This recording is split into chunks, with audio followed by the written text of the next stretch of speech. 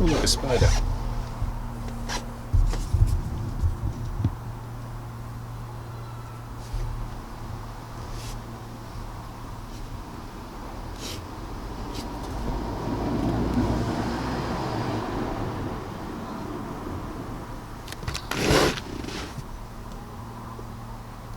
Come on.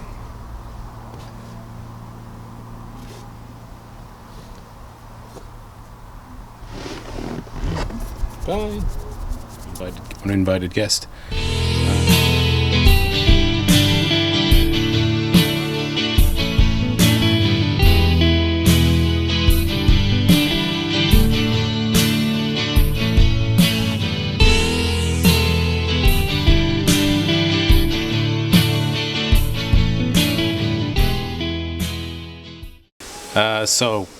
Today I'm going to be installing the leisure battery.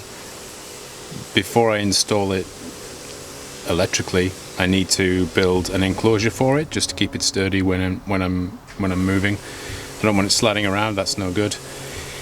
So I'm going to get on with that, and I'll show you the progress as I go along. So, to keep the battery from moving around when I'm traveling, that's pretty dangerous. I'm going to use these pieces of wood to just clamp the battery or hold the battery in position. I'm just going to screw these into the existing framework that I built for the bed, and that should be pretty solid. I've chosen here to use slightly taller pieces of timber, and that's just to prevent the battery from toppling over. I did quite a bit of research before buying the leisure battery, and this one rated quite highly in the reviews. It's a Numax, it's the 110 amp hour leisure battery, and this came in at about £77, and I bought that from Amazon. I like the fact that I've left that little bit there. I feel like I can use that bit to stand other items up in there if they need to be kept upright. I'm not sure what. An open jug of sheep's milk. I think it's pretty secure there. I don't think it's going anywhere. I might add a retaining strap at some point over the top of the battery. I'm not sure that's entirely needed.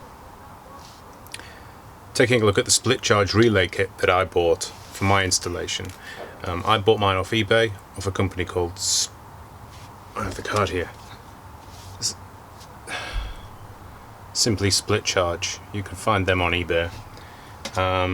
There was quite a few out there. They seemed quite reasonably priced. They seem to price their kits on the length of the positive cable that you select.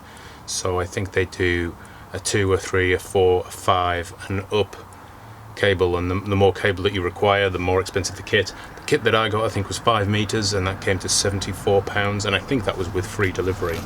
What you actually get, you get the positive cable, the cable that goes from the split charge relay unit to the positive on the starter battery, and from the leisure battery to the split charge relay. A meter of earth. It comes with all of the spades and clips and things that you would need to attach. The kit has pretty much everything that you need in it to complete the job, including things like these stick-on pads, battery clamps, some heat shrink, 2 fuse boxes, well they call them fuse boxes. I think box is a strong term. So one for between the split charge relay unit and the leisure battery, and one between the starter battery and the split charge relay unit. Some trunking. You'll need this. We don't need it, but it's advised to use this on any cables that you need to run through the engine bay. It just protects against snagging. Maybe it has a little bit of heat protection in there as well. The Durite split charge relay unit itself, it's quite a neat little box, has a fair bit of weight to it. The earth strap coming out of the back, but there's locations for snapping out the plastic to allow the earth cable to come out if you're mounting it flush against a piece of wood or the van or whatever. and also for cables coming in, because you will have the positive coming in from the starter battery, which attaches at the top, and then this one goes out to the positive battery on the leisure battery. I almost forgot what I was saying. The problem I have at the moment is finding an earth that's going to be close enough for the cables to reach. Now I think I might have found one. The problem is that I've pretty much covered up all of the earth points that were in the vehicle. I watched a video on, whose channel was it? Oh yeah, it was the Van Life blog, and he used a bulkhead thread where he removed the bulkhead. There was a spot, and he used that. So I'm going to attempt to use the same if I can find one underneath the carpet. So I'm going to get on with that, and I'll let you know. I'll come back to you once I've done that. And here's the split charge relay that I mounted against this board that I put in also. We have, so starting at the back, the negative feed from the battery, from the leisure battery, which needs to go to earth. The starter battery is obviously already earthed. Then there's a small black cable coming out from the bottom of the split charge relay. That also goes to earth. And they can go to the same earth. All 12 volt earths in most vans are common anyway, so it doesn't really matter where it's earthed. You could even earth it to the battery negative terminal if you wanted to. The positive from the leisure battery feeds into this fuse box here, which is provided, of course, and then this feeds into the split charge relay, into the pin that I pointed out earlier. There's also another red positive cable coming in from the starter battery, which is also fused. And it's important to say, I didn't read the instructions first, and I should have done, because they recommend that you put these fuse boxes, the two of them, one for the leisure battery, one for the starter battery, they recommend that you put those within 25 centimeters of the battery positive post. I didn't read that first, and so I'd already made a cable length that was too long, and I guess it probably would have been okay, but I remade it just to be on the safe side. Okay, so looking from the other side, you can see that I have this positive cable here that runs down through the seat base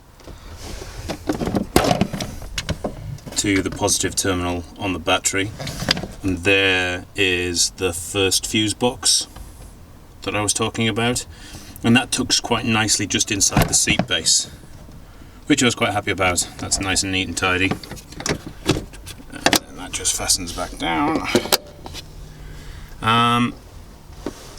In terms of earthing, you can see that I've earthed both the leisure battery negative, or earth, and the relay earth, both at the same mounting point, just down here, which is where the old bulkhead used to be. That's covered. I need to make a shout out here to the Van Life blog, because if it wasn't for that video on installing split charge relay, I'd have been a bit clueless, to be honest. I really followed his video example of how to do it, and that worked for me, so I was pleased with that. And also I used his tip for mounting both of the earth straps into an earth point, which was formerly a retaining bolt for the bulkhead that was in the van, which I removed, and so did he. So that was really convenient, although I did have to cut up my carpet to get to it. But so that's installing a split charge relay. I hope that was interesting. I hope somebody finds some use for it. For a better explanation of how to do it, visit the Van Life blog. His video is better than mine, and this was the first time that I'd done it, but I'm satisfied that it works fine. Thank you for watching. Please subscribe, because it'd be nice if you can follow the rest of my van build. If you've got any constructive comments, I'm always willing to listen to those. Or if you've got any questions, maybe you do, maybe you don't. That's okay. but you can leave them down in the comments section. Don't leave them in any other section, just leave them in the comments section. Thanks for watching.